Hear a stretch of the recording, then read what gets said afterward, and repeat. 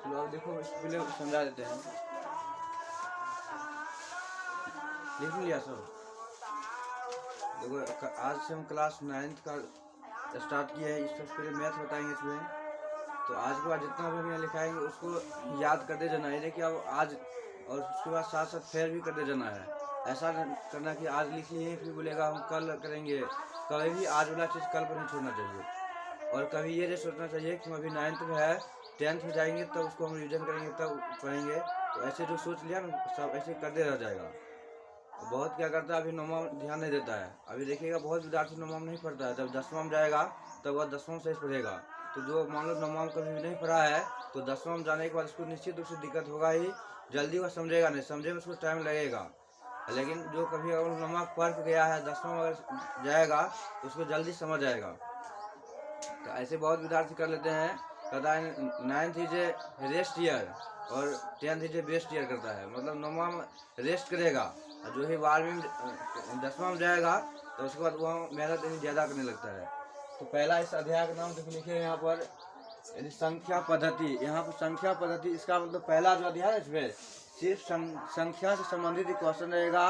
जितना भी इसमें पढ़ेंगे इस अध्याय में, अगर उसमें अध्याय 1 जितना भी पढ़ेगा तो उसमें सिर्फ संख्या के बारे में बोलेंगे। इसमें संख्या से होता है किसको बोलेंगे? सबसे देखो अंक किसको बोलेंगे? अंक उसको बोलाता है 0 से लेकर जैसे 1 2 3 4 6 7 8 9 इस सभी को हम अंक बोलेंगे। जितना भी 0 से लेकर 9 तक हम जो भी लिखते हैं उसको हम बोलेंगे अंक बोला जाता है। लेकिन उसके बाद जब हम जैसे यहाँ लिख दे, जैसे मोबाइल नंबर लिखते हैं, जैसे 12 लिखते हैं, अब इसको हम अंक बोलेंगे। इसको क्या बोलेंगे? इसको संख्या बोलेंगे। यानी अंकों के समूह को ही संख्या बोला जाता है। इसको संख्या बोला जाता है। यानी अंक के समूह मतलब समूह मतलब क्या? एक दूसरे को जोड़ना या एक साथ उतारना। जैसे यहाँ तो 0 से भी कॉमन दिए हैं, इसका मतलब सब भिन्न भिन्न अलग अलग हो गया। लेकिन जब एक साथ लिख देंगे जैसे 99 लिख देंगे, ये सब जितना भी लिखते हैं सभी जितना है इकाई दाएं जितना से लेकर संख वहाँ संख लिखते हैं उस सभी क्या कहलाएगा? उस सभी को संख्या बोलेंगे। इसलिए इसमें जितना भी है इस अध्याय का नाम रख दिया है संख्या पद्धति। उसके बाद जब 10वां में जाने के बाद वहाँ पहला अध्याय का नाम लिखा रहेगा वास्तविक संख्या। यहाँ देखो क्यों बात कर रही है, इसका भी जितना लिखे सब यानी परिभाषा संबंधित है। पहला जब तुम 1.1 बनाएगा तो तुम्हारा इसी से भी जितना भी लिखा है नहीं सब इस सब से जो तुम्हारा 1.1 का क्वेश्चन आंसर हो गया है। तुमको इसी से संबंधित खाली परिभाषा पूछेगा। जैसे ये पूछेगा यहाँ लिखा है नोट में प्रत्येक प्राकृतिक संख्या पूर्ण संख्या होती है, इसी से संबंधित क्वेश्चन 1.1 यानी अध्याय 1 में रहेगा। पहला को यहाँ देखो लिखा है जितना लिखा है संख्या पद्धति, इसका इंग्लिश में होता है नंबर सिस्टम। इसको बोलेंगे नंबर सिस्टम मतलब होता है संख्या पद्धति। नंबर मतलब होता है संख्या और सिस्टम मतलब होता है पद्धति। पहला तो यहाँ लिखा है महत्वपूर्ण परिभाषा है। जितना परिभाषा है महत्वपूर्ण है, या कोई भी एग्जाम मैथ अगर कंपटीशन भी होता है ना इस टाइप से इस वाला क्वेश्चन पूछा जाता है। पहला तो यहाँ लिखा है प्राकृत संख्या। जब हम लोग शुरू करते हैं कहाँ से गिनती करना शुरू करते हैं? जब भी देखिएगा अगर बच्चा पहला क्लास में जाता है नर्सरी में जाता है उसको पहले गिनती कहाँ से सिखाते हैं? 1 से शुरू करते हैं। तो उसी को बोलेंगे यानी प्राकृतिक संख्या किसको बोलेंगे? इसको इंग्लिश में लिखे, इसका इंग्लिश में होता है नेचुरल नंबर होता है। नेचुरल नंबर मतलब प्राकृतिक संख्या। गिनती की संख्या को प्राकृतिक संख्या कहा जाता है। जैसे हो गया 1 2 3 4 5 6 डॉट डॉट मतलब इसमें और आगे हो सकता है। इसका मतलब ये है इसका जब हाँ इस तरह से रहेगा ना तो इसका मतलब यह अनंत तक जाएगा। संख महासंख इससे आगे बहुत जा सकता है। तो हम इसलिए 1 2 3 4 से लिख दिए हैं। तो प्राकृतिक संख्या कहाँ शुरू होगा? तो 1 से, ये याद रखना प्राकृतिक संख्या 1 से शुरू होगा। तो इस यहाँ तो लिख दिया ना सबसे छोटी प्राकृतिक संख्या कौन होगा? तो 1। लेकिन इसमें बोलेंगे सबसे बड़ी संख्या कौन होगा? इसमें बोलो इसमें निश्चित है इसका कौन बड़ा होगा कौन इसमें निश्चित है। तो इसीलिए इसमें तो लिख दिए हैं तथा प्राकृतिक संख्या अपरिमित रूप से अनंत या अनेक होती है या अपरिमित रूप से अनंत होती है। तो इसका सबसे बोलेंगे प्राकृतिक संख्या सबसे छोटी संख्या 1। लेकिन इसका बड़ी संख्या होगा? बड़ी संख्या नहीं होगा क्योंकि अनंत तक जाएगा। कहाँ तक जाएगा? निश्चित है या अनंत तक हो जाएगी। ये जो लिखते हैं ये वाला चीज याद रखना, इस सब परीक्षा में पूछा जाता है। जैसे बोलेगा सबसे छोटी प्राकृतिक संख्या कौन है? 1। कभी बड़ी नहीं पूछ सकता क्योंकि बड़ा इसमें होता है बड़ा नहीं होता है, इसे नहीं पूछेगा। फिर उसके बाद यह देखो हम लिख दिए इसी के बारे में लिखा हुआ है प्राकृतिक संख्या को एन, कैपिटल एन मतलब कैपिटल एन हो गया से सूचित किया जाता है। अगर हमको जैसे प्राकृत संख्या लिखना है तो वहाँ इतना बड़ा नहीं लिखकर उसके बदले हम क्या लिख सकते हैं, ये छोटा बड़ा एन लिख देंगे तो समझ जाएंगे यहाँ पर प्राकृत संख्या। जैसे यहाँ लिख दिए हैं, इसको समुच्च बोला जाता है। जहाँ भी इसको मंथली ब्रैकेट बोलेंगे, ब्रैकेट 3 प्रकार होता है ना, छोटी, मंथली और बड़े। जहाँ अगर इस तरह से ब्रैकेट रहेगा तो इसको बोलेंगे, इसको मंथली ब्रैकेट या इसी को समुच्च बोला जाता है। इसको हम बोलेंगे एन बराबर समुच्च 1 2 3 4 डॉट डॉट मतलब क्या, इससे और आगे हो सकता है। इस सब क्या कहेंगे, प्राकृत संख्या। प्राकृत संख्या समझ गया। तो प्राकृत संख्या किसको बोलेंगे, तो बोलेंगे डायरेक्ट बोल देंगे गिनती की संख्या को प्राकृत संख्या कहते हैं। जैसे 1 2 3 4, तो हम लोग बच्चा को सिखाते हैं जब शुरू से, तो कहाँ सिखाते हैं 1 2 3 4। उसके बाद जब सब सीख जाते हैं तब कहाँ से उसको बैक और करते हैं, तब कहाँ से उसको सिखाते हैं, तब उसको जीरो बताते हैं, 0 1 2 3 4। तो वही होता है पूर्ण संख्या। पूर्ण संख्या हम बोलेंगे होल नंबर्स बोलेंगे। होल नंबर मतलब पूर्ण संख्या। इसको क्या बोलेंगे, देखो, प्राकृत संख्या के समूह में शून्य को शामिल कर देने से प्राप्त संख्या को पूर्ण संख्या कहते हैं। देखो पहला अगर परिभाषा याद रहेगा तो दूसरा याद नहीं होगा। तो पूर्ण संख्या किसको बोलेंगे, तो बोलेंगे प्राकृत संख्या के समूह में शून्य को शामिल कर देने से प्राप्त संख्या को या बनी संख्या को पूर्ण संख्या कहते हैं। इसका जरूरी नहीं है कि जो हम यहाँ लिखा रहे हैं ऐसे ही याद करना है। तुमको अगर इससे शॉर्ट में अगर कोई याद हो रहा है तो वैसे भी अपने मन से याद कर सकता है, क्योंकि परीक्षा में वहाँ जाएगा, बोर्ड परीक्षा में लिखने के लिए वहाँ ऊपर लिखा रहेगा विद्यार्थी यथासंभव अपने शब्दों में उत्तर दे। तो इसलिए जरूरी नहीं कि हम जैसे यहाँ लिखाते हैं या किताब में जैसे लिखा रहता है वैसे याद करना है। तुमको खाली ऐसे होना चाहिए, सटीक होना चाहिए। कोई भी परिभाषा होगा वो एकदम जितना छोटा छोटा होगा वो सही रहता है।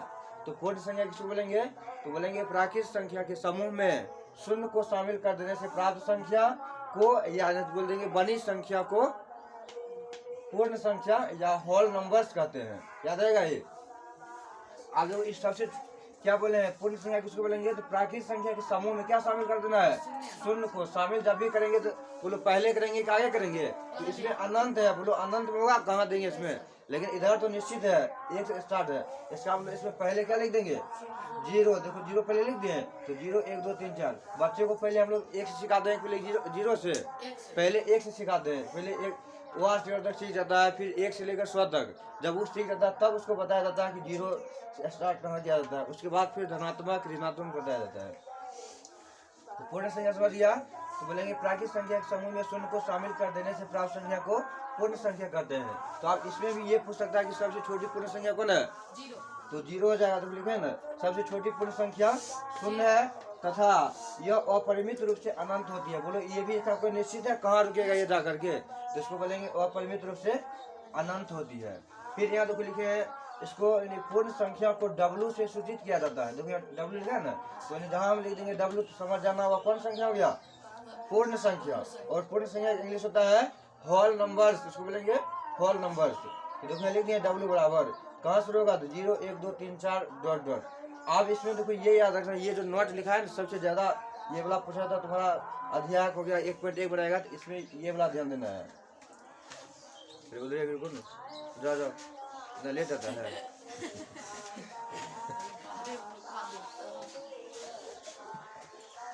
क्या बोले जाने के लिए,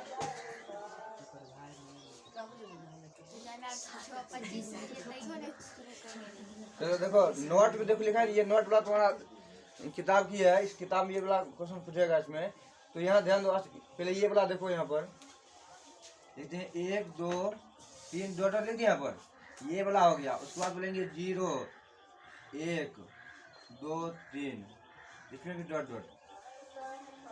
बोलो क्या ये वाला इसमें हो सकता है कि ये वाला इसमें कौन सा, इसमें पहला देखो लिखे 1 2 3 4 और दूसरा लिखे हैं 0 1 2 3 4 लिखे ना। इसमें क्या ये वाला सब इसमें मिलता है या इस वाला इसमें सब मिलता है, ऊपर वाला देखो सब इसमें मिल जाता है ना। इसमें क्या निचल का सब ऊपर मिलता है, तो इसको हम क्या बोलेंगे, जहाँ से 1 2 3 4 इसको क्या बोलेंगे, प्राकृत संख्या। इसको क्या बोलेंगे 0 1 2 3 4, इसको बोलेंगे पूर्ण संख्या। तो क्या आप क्वेश्चन तुमको ऐसे बोलेंगे, क्या सभी इसको प्राकृत नहीं बोलेंगे, ये हो गया एन मतलब नेचुरल हो गया, प्राकृत हो गया। ये हो गया W मतलब होल नंबर, प्राकृत यानी पूर्ण संख्या हो गया। बोलो एन वाला देखो सभी जितना एन है सब क्या W में आ सकता है, ये सभी देखो से नहीं मिल रहा है, लेकिन क्या W वाला सभी से मिल रहा है। क्या हम ऐसे इसको बोल सकते हैं सभी पूर्ण संख्या प्राकृत संख्या होती है? बोलो सही है गलत है? सभी पूर्ण संख्या प्राकृत संख्या होती है। ये बोला क्या सब इसमें मिला? नहीं मिला। क्या हम ऐसे बोल सकते हैं सभी प्राकृत संख्या पूर्ण संख्या होती है? ये बात तो सही है, क्योंकि 1 2 3 4 यहाँ भी है और 1 2 3 4 यहाँ भी है, नहीं मिल गया इसमें। तो इसका मतलब है जितना भी प्राकृत संख्या होगा उसको हम क्या बोल सकते हैं? पूर्ण संख्या बोल सकते हैं, क्योंकि ये वाला शब्द कितने मिल गया। तो बोलेंगे सभी प्राकृत संख्या पूर्ण संख्या होती है, लेकिन सभी पूर्ण संख्या प्राकृत संख्या नहीं होती है। देखो यहाँ यही लिखा है, हम देखो, प्रत्येक प्राकृत संख्या पूर्ण संख्या होती है, लेकिन प्रत्येक पूर्ण संख्या प्राकृत संख्या नहीं होती है। याद रखना, क्योंकि तुम्हारे अध्यापक पूछेगा इस क्वेश्चन। समझ गया बोला? जितना भी प्राकृत संख्या सभी क्या बोलेंगे? सभी प्राकृत संख्या को पूर्ण संख्या बोल सकते हैं, लेकिन सभी पूर्ण संख्या प्राकृत संख्या बोलेंगे? नहीं बोलेंगे। याद रहेगा नहीं बोला? उसके बाद देखो लिखा है सम और विषम। सम विषम जानता है? जैसे जिसको बोलते हैं सम को क्या बोला जाता है? जैसे सब बच्चा काग दोष जानता है? काग किसको बोलते हैं? विषम को, जिसका जोड़ा नहीं लगता है उसे नहीं बोलते हैं। और दोष किसको बोलते हैं? जिसका जोड़ा लग जाता है। तो ये होता है सम और विषम। सम मतलब बराबर इस चीज में जिसका जोड़ा लग जाएगा, यानी जिसमें जोड़ा मतलब क्या, दो जिससे जोड़ा नहीं लग गया है, तो सम उसको बोलेंगे। देखो सम व विषम संख्या, इसका इंग्लिश होता है even and odd numbers. Even मतलब सम संख्या और ऑड नंबर मतलब विषम संख्या। याद रहेगा? इवन मतलब सम और ओ डबल जी रहेगा तो ऑड इसको पढ़ेंगे। ऑड मतलब विषम, यानी इसका इंग्लिश होता है सम व विषम संख्या। इंग्लिश में क्या बोलेंगे? इवन एंड ऑड नंबर्स, यानी सम संख्या व विषम संख्या। एंड मतलब और भी होता है, तथा भी होता है, वह भी होता है। आज तो पहले इसका परिभाषा जानते हैं। सम संख्या किसको बोलेंगे? तो दो विभाज्य होने, यानी दो से होगा, सही कर लेना। विभाज्य मतलब विभाज्य मतलब भाग देना, जिसमें पूरा भाग लग जाएगा। दो से विभाज्य होने वाली प्राकृत संख्या सम संख्या कहलाती है। मतलब जिसमें दो से पूरा भाग लग जाएगा उसको बोलेंगे, उसको क्या बोलेंगे? सम संख्या। यानी सम संख्या परिभाषा बोलेगा क्या बोलेंगे? बोलेंगे जिसमें दो से पूरा भाग लग जाए। बोले यहाँ जरूरी नहीं हम जैसे लिखे ना वैसे याद करना है। अगर ऐसे याद हो जाता है तो और सही बात है, अगर ऐसे याद नहीं होता तो अपने मन से भी इसको याद कर सकता है। इसको हम ऐसे परिभाषा, एक परिभाषा को 3-4 नियम से लिखाया जाता है। जैसे भी मान लो हम यहाँ इस तरीका से लिखा है, फिर किताब में अलग तरीका से लिखा रहेगा, फिर दूसरी जगह पढ़ेगा वहाँ अलग तरीका से लिखा रहेगा, फिर तुम अपने नियम से अलग बना सकता है। तो परिभाषा बहुत तरह का होता है, इसको अलग अलग से भी दे सकते हैं। कौन पूछा है? यार अरे कौन पूछा है? टाइम हुआ है, जल्दी बोलो कौन लेंगे। जाओ देखो तुम्हें जाओ अपनी शुरू कर दो। सम संख्या समझ गया? बोलेंगे यहाँ लिखे देखो, दो से विभाज्य होने वाली प्राकृत संख्या सम संख्या कहलाती है। जितना भी होगा प्राकृत संख्या बताए थे ना, 1 से लेकर कहाँ तक, संघ महासंघ 1 2 3 4 सभी प्राकृत संख्या है। तो 2 से विभाज्य होने वाली प्राकृत संख्या को सम संख्या कहते हैं। जैसे हो गया 2 4 6 8 10 आदि का मतलब क्या है? इसमें और अनंत हो सकता है, इसके आगे और हो सकता है। इस सभी में देखो क्या 2 से भाग लगेगा। देखो 2 1 2 2 2 4 2 3 6 2 4 8 2 5 10। इसके बीच वाला संख्या हुआ 3, 2 और 4 के बीच में कौन संख्या होता है? 3। क्या 2 से भाग लगेगा? नहीं, तो वह सम संख्या है नहीं, वह कौन संख्या हो जाएगा? विषम संख्या हो जाएगा। फिर देखो 4 5 के बीच वाला संख्या नहीं लिखे हैं, क्योंकि वह कौन संख्या है? विषम संख्या। 6 8 के बीच में देखो 7 होता है, 8 9 के बीच 8 और 10 के बीच में 9 होता है, उस सब नहीं लिखे हैं। तो जिसमें 2 से भाग लग जाएगा उस सभी को बोलेंगे सम संख्या बोलेंगे। परीक्षा में लोगों पूछेगा तो इसका परिभाषा नहीं पूछेगा, खाली ये दे देगा निम्नलिखित में से कौन सम संख्या है कौन विषम संख्या है। तो इसमें ये याद रखना, परिभाषा जब तक याद नहीं रहेगा तो लोग याद रहेगा हुआ, तो इसलिए परिभाषा याद रखना बहुत जरूरी है। तो सम संख्या किसको बोलेंगे? तो बोलेंगे जिसमें 2 से पूरा भाग लग जाए, या नहीं तो जो हम लिखे हैं उसे भी बोल सकते हैं, उसे सम संख्या, उसे इवन नंबर बोलेंगे। समझ गया? आप देखो उसी में लिखे विषम संख्या बारे में लिखे हैं 2 से विभाज्य नहीं होने वाली संख्या है, यानी बोलेंगे जिसमें 2 से पूरा भाग नहीं लगे। जैसे अभी तुम 2 से 1 में भाग दो, क्या पूरा कटेगा? या दशमलव में नहीं, सीधे उसको से भाग देना है। जैसे 2 से 3 में भाग दो, पूरा कटेगा? या शेष 1 बच जाएगा। फिर 2 से 5 में भाग दो, शेष कितना बचेगा? 1 बच जाएगा। फिर इसमें भी भाग दें, शेष कितना बचेगा?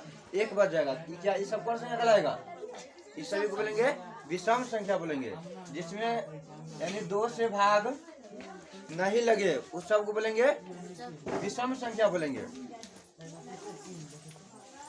समझ गया? विषम और सम समझ गया? जिसमें 2 से पूरा भाग लगेगा उसको सम संख्या, जिसमें 2 से पूरा भाग नहीं लगेगा उसको विषम संख्या बोलेंगे।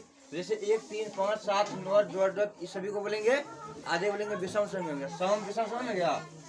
आप उसके बाद देखो लिखा है अभाज्य। अभाज्य को ही बोलेंगे रूढ़ संख्या। अभाज्य बोलो या उसी को बोलेंगे रूढ़ संख्या। उसके बाद है भाज्य। भाज्य को ही बोलेंगे यौगिक संख्या। याद आएगा ये? अभाज्य को बोलेंगे रूढ़ और भाज्य संख्या को बोलेंगे यौगिक संख्या। अब देखो इसका इंग्लिश होता है प्राइम एंड कंपोजिट। इसको कंपोजिट बोलना है, COMPOSIT लिखा है ना, इसको बोलेंगे composite numbers. Prime and composite numbers, इसको क्या बोलेंगे? देखो ध्यान से, अभाज्य या रूढ़ संख्या किसको बोलेंगे? बोलेंगे जो एक या अपने को छोड़कर किसी दूसरी संख्या से विभाजित न हो उसे अभाज्य संख्या या रूढ़ संख्या कहते हैं। समझ गया? बोला अभाज्य संख्या किसको बोलेंगे? ऐसा कोई संख्या जिसमें 1 से भाग लगे या स्वयं जो संख्या उसी से भाग लेगा उसी को बोलेंगे अभाज्य संख्या। बहुत संख्या बोलो, जैसे देखो अभी तुम 3 देखो, 3 में कितना संख्या से भाग लेगा? सिर्फ 2 संख्या तो भाग, इतना याद रखना। अभाज्य संख्या या रूढ़ संख्या उसको बोलेंगे सिर्फ 2 संख्या से भाग लेगा। जैसे देखो 3 में कितना संख्या से भाग लेगा? देखो 1 से और 3 से, इसके सिवा और किसी से भाग लेगा? जैसे हम बोलेंगे यहाँ पर 5 में कितना से भाग लेगा? सिर्फ इसमें 1 और 5 से, इसी को बोलेंगे अभाज्य संख्या या इसी को बोलेंगे रूढ़ संख्या। अभाज्य और रूढ़ संख्या याद रहेगा, जिसमें सिर्फ कितना संख्या से भाग लेना चाहिए? 2 संख्या से। तो वही आप लिखे हैं, देखो अभाज्य जो एक या अपने को छोड़कर किसी दूसरी संख्या से विभाजित ना हो, मतलब अपने से लगना चाहिए या 1 से, इसके सिवा दूसरी संख्या से भाग लग जाएगा तब उसको नहीं बोलेंगे। तो ये लिखें, जो एक या अपने को छोड़कर किसी दूसरी संख्या से विभाजित ना हो उसे अभाज्य या रूढ़ संख्या कहते हैं। जैसे यहाँ देखो 2, 3, 5, 7, 7 और 11 के बीच देखो 9 भी होता है। 9 नहीं लिखे हैं क्योंकि 9 में कितना, 9 में 1 से भी लग जाएगा, उसके बाद 3 से भी लगेगा, 9 से भी लग जाएगा।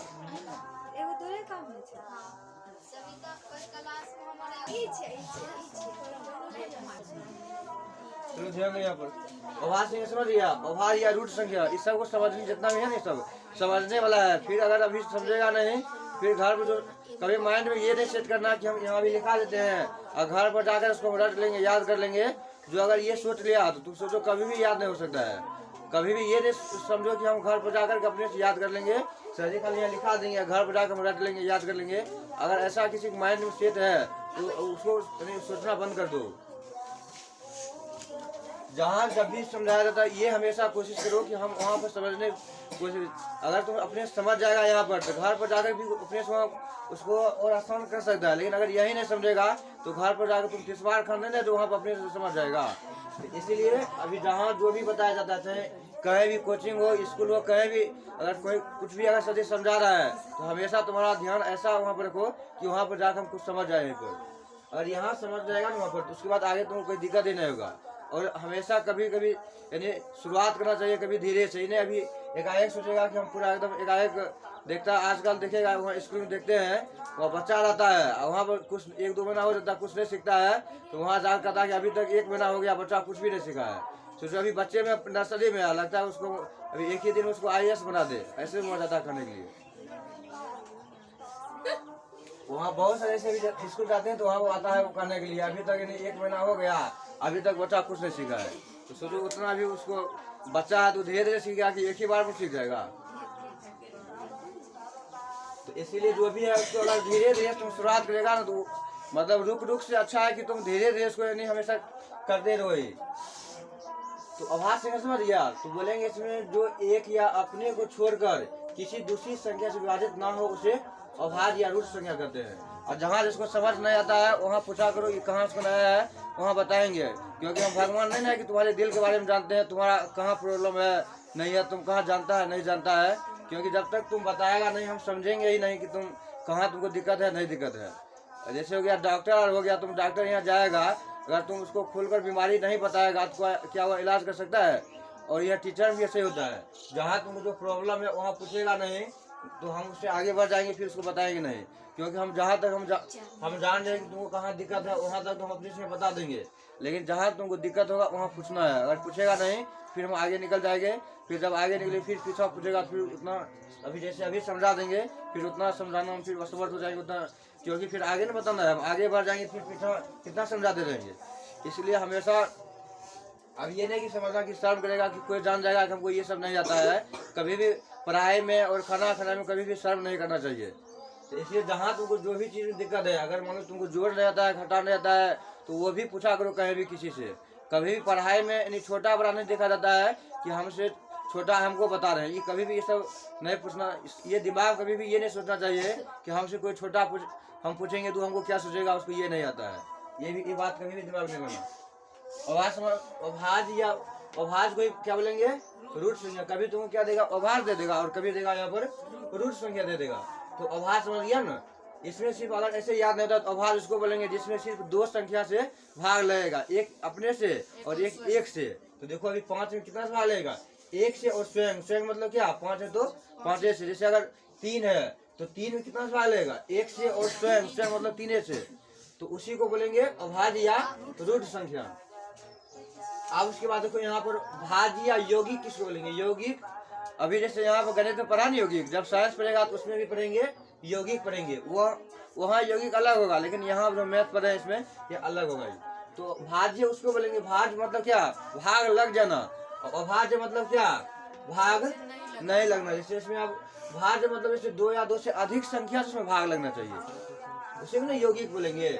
जैसे आप देखो यहाँ लिखा है, तथा जो एक या अपने को छोड़कर किसी दूसरी प्राकृतिक संख्या से विभाजित हो, भाज्य या यौगिक संख्या कहलाता है। जैसे देखो 2 में तो 1 और 2 से भाग लेगा, ये हो जाएगा। फिर 4 में देखो कितना से भाग लग रहा है, 1 से भी भाग लगेगा, उसके बाद 2 से भाग लगेगा, और 4 से भी स्वयं मतलब 4 से लगेगा। तो इसी से बोलेंगे भाज्य या यौगिक संख्या। समझ गया। सभी में देखो 9। अब जैसे सब लगता होगा कि 9 अभाज्य संख्या है, क्या 9 में एक ही दो एक संख्या से भाग लग रहा है, 3 को, एगो 1 से, उसके बाद 3 से, उसके बाद 9 से भी लग रहा है, तो 3 गुना संख्या हो गया। तो जहाँ पर ये इसका परिभाषा और बोल सकते हैं अभाज्य संख्या, जिसमें 2 या 2 से अधिक यानी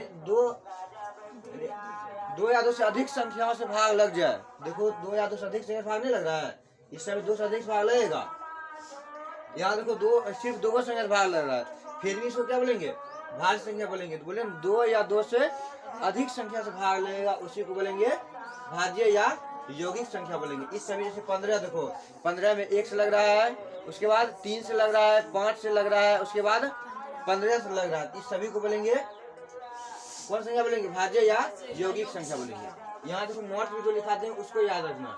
यदि 2 प्राकृतिक संख्या के महत्तम समावर्तक 1 के बराबर हो तो उसे बोलेंगे असभाज्य संख्या बोलेंगे। जब दशमलव तुम जाएगा ना उसमें, तो वहाँ पर सिद्ध करेंगे। तो इसमें इसका चर्चा बहुत बार किया गया है। जब तुम 1.3 बनाएगा ना दशमलव में, तो उसमें इसका बहुत महत्वपूर्ण इसका परिभाषा हो पर इसके बारे में अगर समझ आएगा तो जितना सिद्ध करने वाला होता है 5 नंबर के इसके बारे में, जैसे √3 हो गया, √2 हो गया, उसके बारे में पूछा जाता है, तो वहाँ पे इसके बारे में लिखा जाता है, असभाज्य संख्या के बारे में लिखा जाता है। तो असभाज्य संख्या किसको बोलेंगे, तो बोलेंगे यदि 2 प्राकृतिक संख्या के महत्तम समावर्तक 1 के बराबर हो तो उसे बोलेंगे असभाज्य संख्या बोलेंगे। जैसे हो गया 5 और 8, ये दोनों का महत्तम निकालेंगे तो कितना होगा, 5 और 8 का महत्तम कितना, महत्तम मतलब ऐसा कौन संख्या है इस दोनों में भाग लग जाए, उसी को महत्तम बोलेंगे। तो 1 के सिवा दूसरा संख्या से भाग लगेगा, इसमें कौन कौन से भाग लगेगा, 1 से लग जाएगा, और ये दोनों में एक के सिवा दूसरा से भाग लगेगा, तो उसी को बोलेंगे महत्तम समावर्तक। तो वही बोलेंगे असभाज्य संख्या, उसको बोलेंगे 2 संख्या दिया रहेगा, दोनों में देखेंगे अगर 1 से भाग लग रहा है तो उसी को बोलेंगे असभाज्य संख्या। जैसे हम बोलेंगे 5 और 7, इसमें कितना से दोनों भाग लग जाएगा, 1 के सिवा कोई संख्या है तो ये दोनों महत्तम कितना हो जाएगा, 1 हो जाएगा। लेकिन जब बोलेंगे हम 6 बोलेंगे और 12 बोलेंगे, इसका महत्तम समावर्तक कितना होगा, इसका महत्तम समावर्तक सबसे बड़ा संख्या कौन है जो दोनों भाग लग जाए, इसका महत्तम समावर्तक 6 हो जाएगा। जो सबसे बड़ा संख्या से भाग लगेगा उसी को बोलेंगे उसका महत्तम। जैसे बोलेंगे यहाँ पर 16 है और उसके बाद 8 है, इस दोनों बोलो महत्तम समावर्तक कितना, बोले ना सबसे बड़ा संख्या कौन है जो दोनों में भाग लग जाए, 4 के बाद और कौन है 8 है, इसका महत्तम कितना 8 हो जाएगा। तो अस्वाभाज्य संख्या समझ गया। तो बोलेंगे यदि दो प्राकृत संख्या के महत्तम समावर्तक 1 के बराबर हो, जिसका महत्तम निकालेंगे 1 निकलेगा, उसी को बोलेंगे अस्वाभाज्य संख्या। क्या 6 12 अस्वाभाज्य संख्या है? ये दोनों अस्वाभाज्य संख्या है दोनों? नहीं सर, भाज्य से। क्यों नहीं है? क्योंकि इसमें अरे अभी दूसरे से भाग अलग। क्योंकि इसका दोनों का महत्तम कितना होगा 6 होगा। लेकिन अस्वाभाज्य संख्या क्या बोले, जिसका महत्तम समावर्तक कितना हो 1 के बराबर, जिसका महत्तम 1 निकलेगा, उसी को बोलेंगे अस्वाभाज्य संख्या। यहाँ तक समझ में गया?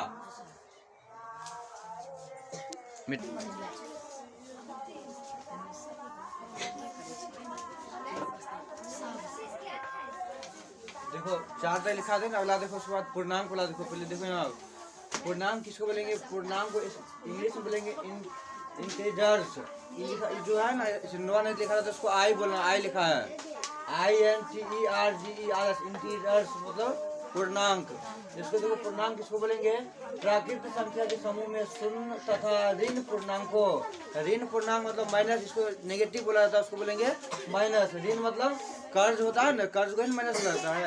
ऋण पूर्णांकों -1 -2 3 4 डॉट डॉट को शामिल करने से प्राप्त संख्या पूर्णांक कहलाती है। पूर्णांक समझ लिया? यानी पूर्णांक किसको बोलेंगे, तो प्राकृत संख्या के समूह में शून्य और क्या करेंगे माइनस वाला। प्राकृत संख्या किसको बोलेंगे, गिनती संख्या को, और उसमें शामिल क्या कर देंगे, शून्य शामिल कर देंगे और ऋण संख्या, उस सभी को शामिल कर देंगे तो प्राप्त संख्या को बोलेंगे पूर्णांक या इंटीजर्स बोलेंगे। याद रहेगा? पूर्णांक किसको बोलेंगे, तो बोलेंगे उसको बोलेंगे प्राकृत संख्या के समूह में शून्य तथा ऋण पूर्णांकों को शामिल कर देने से प्राप्त संख्या को पूर्णांक या इंटीजर्स कहते हैं। जैसे यहाँ देखो -5 माइनस, अब इधर और जा सकते हैं, -10 भी शुरू कर सकते हैं। तो हम यहाँ समझाने के लिए एग्जाम्पल लिए -5 -4 -3 -2 -1 0 1 2 3 4 डॉट डॉट। देखो आगे हो सकता है, इधर भी आगे हो सकता है और इधर भी। इस सब क्या बोलेंगे, इंटीजर्स यानी पूर्णांक बोलेंगे। पूर्णांक क्या सकता है, माइनस में भी आ सकता है, प्लस में भी और 0 भी हो सकता है। देखो 0 ना है, इस सभी को बोलेंगे पूर्णांक बोलेंगे। उसके बाद है पूर्णांक संख्या को जेड से सूचित किया जाता है। जब पूर्णांक लिखेंगे जहाँ पर हम लिख देंगे जेड, तो समझ जाना हुआ क्या है, पूर्णांक संख्या है वो। तो जेड बराबर क्या जाएगा, -5 -4 -3 -2 -1 0 1 2 3 4, इस सभी को बोलेंगे पूर्णांक संख्या बोलेंगे। आप देखो पूर्णांक के बाद इसी में क्या था, यहाँ देखो जो माइनस लिखा रहेगा तो उसको बोलेंगे नेगेटिव, जो प्लस लिखा रहेगा उसको बोलेंगे धनात्मक बोलेंगे। माइनस यानी धनात्मक को पॉजिटिव बोलते हैं नेगेटिव पॉजिटिव। जैसे व्यक्ति को भी कभी नेगेटिव हो जाता है पॉजिटिव। जैसे कोई अच्छा विद्यार्थी है पढ़ने में सही रहता है तो उसका दिमाग किधर रहता है, पॉजिटिव की ओर। और जो गलत विद्यार्थी रहता है उसका संगत गलत होता है तो कहता है इसका दिमाग कैसा हो गया, नेगेटिव हो गया है। तो पॉजिटिव मतलब हो गया धनात्मक, नेगेटिव मतलब ऋणात्मक बोलेंगे। आप देखो इसमें पूर्ण संख्या किसको बोलेंगे, पूर्ण संख्या 1 2 3 4 डॉट डॉट को धनात्मक बोलेंगे, धनात्मक पूर्णांक बोलेंगे। पूर्ण संख्या बोले थे, पूर्ण संख्या किसको बोलेंगे, 0 1 2 3 4 को बोलेंगे पूर्ण संख्या। तो हम जानते हैं 1 2 3 4 क्या, 1 2 3 4 को पूर्ण संख्या बोल सकते हैं, बता दें ना। सभी यानी जितना सभी प्राकृत संख्या पूर्ण संख्या होती है, लेकिन सभी पूर्ण संख्या प्राकृत संख्या होगा नहीं होगा। इसीलिए पूर्ण संख्या को हम 1 2 3 4 से लिख सकते हैं। तो पूर्ण संख्या जो प्लस में लिखेंगे ना 1 2 3 4, उसी को बोलेंगे उसको धनात्मक पूर्णांक बोलेंगे। तथा -1 2 3 4 -1 -2 -3 -4 डॉट डॉट को ऋणात्मक पूर्णांक कहते हैं। याद रहेगा, धनात्मक ऋणात्मक। धनात्मक में +1 2 3 4 डॉट डॉट होगा उसको बोलेंगे धनात्मक पूर्णांक। ऋणात्मक बोलेंगे -1 -2 -3 डॉट डॉट लिखेंगे तो उसको बोलेंगे ऋणात्मक पूर्णांक बोलेंगे। उसके बाद लिखा है परिमेय संख्या। जब तुम 10वां में जाएगा, 10वां का पहला अध्याय यही नाम है परिमेय संख्या। 10वां में जब पहला चैप्टर पढ़ेगा ना वहीं पे लिखा रहेगा परिमेय संख्या। और उसके बाद उसमें रहेगा वास्तविक संख्या भी रह सकता है। और इसी पढ़ेंगे 10वां में वास्तविक संख्या होता है रियल नंबर। तो यहाँ पे लिखे हैं रियल नंबर, पहले ये लिखा रहेगा। और इसके बारे में भी पढ़ेंगे 10वां में भी, क्योंकि अभी जितना भी बता रहे हैं सब तुमको आगे चलकर आगे क्लास में भी यह बहुत उपयोगी होगा, 10वां में भी। और अभी जो पढ़ेगा सब अगर ये सब बढ़िया तुम समझ गया, याद कर लिया, तुमको 1.1 पूरा बन जाएगा। परिमेय संख्या देखो इंग्लिश बोलेंगे रेटियोनल नंबर्स। रेटियोनल नंबर्स मतलब परिमेय संख्या। देखो परिमेय संख्या किसको बोलेंगे, इसका डिफिनेशन अलग अलग है। जिसके अंश और हर दोनों पूर्णांक तथा हर शून्य ना हो परिमेय संख्या कहलाता है। इसका मतलब ये हुआ, देखो परिभाषा थोड़ा अलग है। जिसके अंश और हर दोनों क्या होना चाहिए? पूर्णांक। पूर्णांक किसको बोले थे? धनात्मक पूर्णांक को कौन आता है? देखो यहाँ नहीं आता है। -1 -2 -3 0 1 2 3 4 इस सभी को क्या बोलेंगे? पूर्णांक बोलेंगे। माइनस में भी रहे, प्लस में भी रहे और जीरो भी रहे, उसी को बोलेंगे पूर्णांक। परिमेय किसको बोलेंगे? जिसके अंश और हर दोनों पूर्णांक हो तथा हर शून्य नहीं हो। लेकिन बट्टा में जो लिखते हैं ना हर, वो क्या हो? शून्य नहीं हो, उसे ही बोलेंगे परिमेय संख्या। अथवा मतलब दूसरा परिभाषा। जिसे फिर अगर ये जिसको नहीं याद है अथवा हम ये बोल सकते हैं, जैसे P/Q के रूप में लिख सकते हैं, याद है तो बोल देंगे। जैसे अंश बटे हर के रूप में लिख सकते हैं, उसे ही बोलेंगे परिमेय संख्या। जैसे हम लिख दिए, देखो 2 बटा है तो 2 कुछ भी बटा है तो किसी के बटा में 1 लिख सकते हैं, 1 लिख सकते हैं। जैसे 1/2 2/3 इस सभी को बोलेंगे परिमेय संख्या। परिमेय संख्या समझ गया? देखो परिमेय संख्या के समुच्चय को यानी परिमेय संख्या को Q से सूचित किया जाता है। क्यों लिखा है? क्या उसका मतलब तथा क्यों बराबर वो नहीं है ऊपर उसके और इसका मतलब देखो तथा Q is not equal to, इसको बोलेंगे।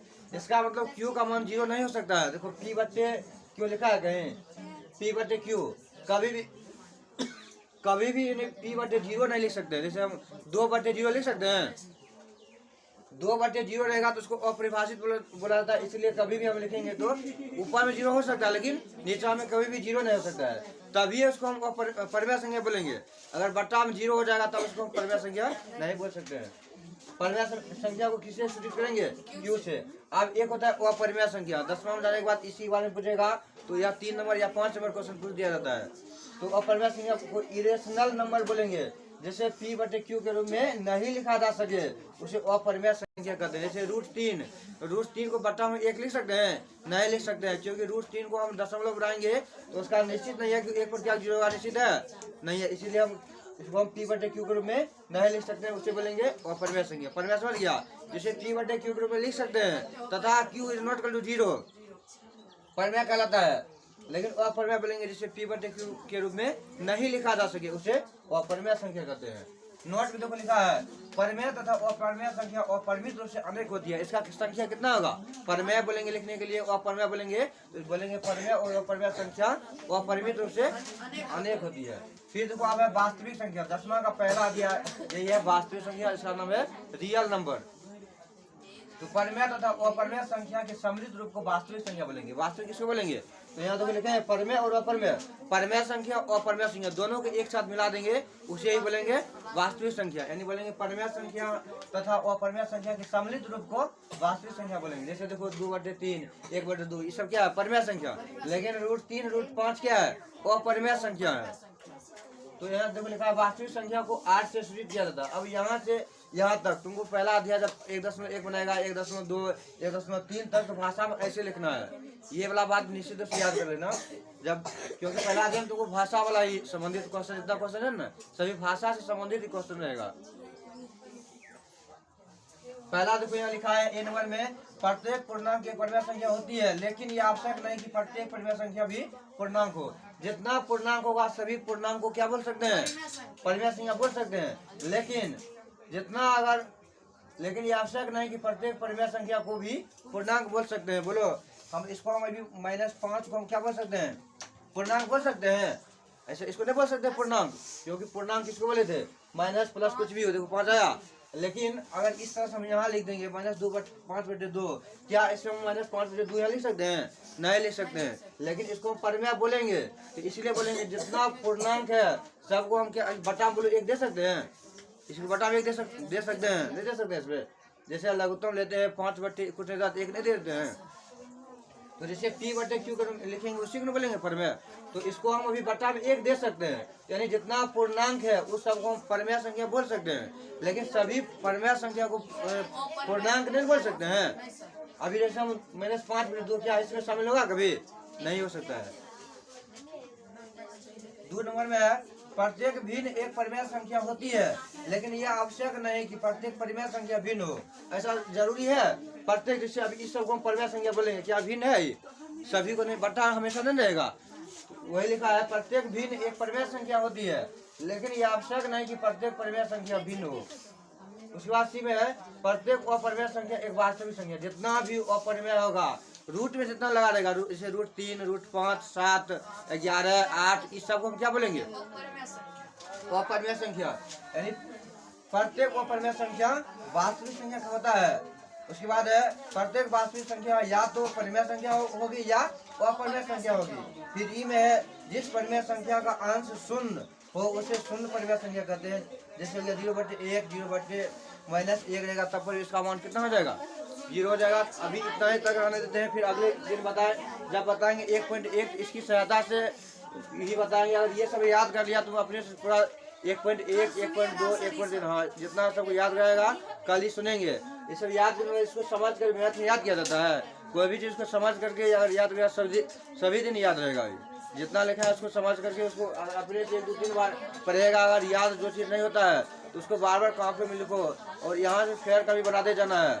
जितना भी लिखाते हैं फिर आगे तुमको काम देगा। फेयर का भी रहेगा तो जैसे बोलेंगे टेस्ट लेंगे तो उसमें से रिविजन करने में सही रहेगा, याद करने में सही रहेगा। आगे बताएंगे कल इसका क्वेश्चन आंसर।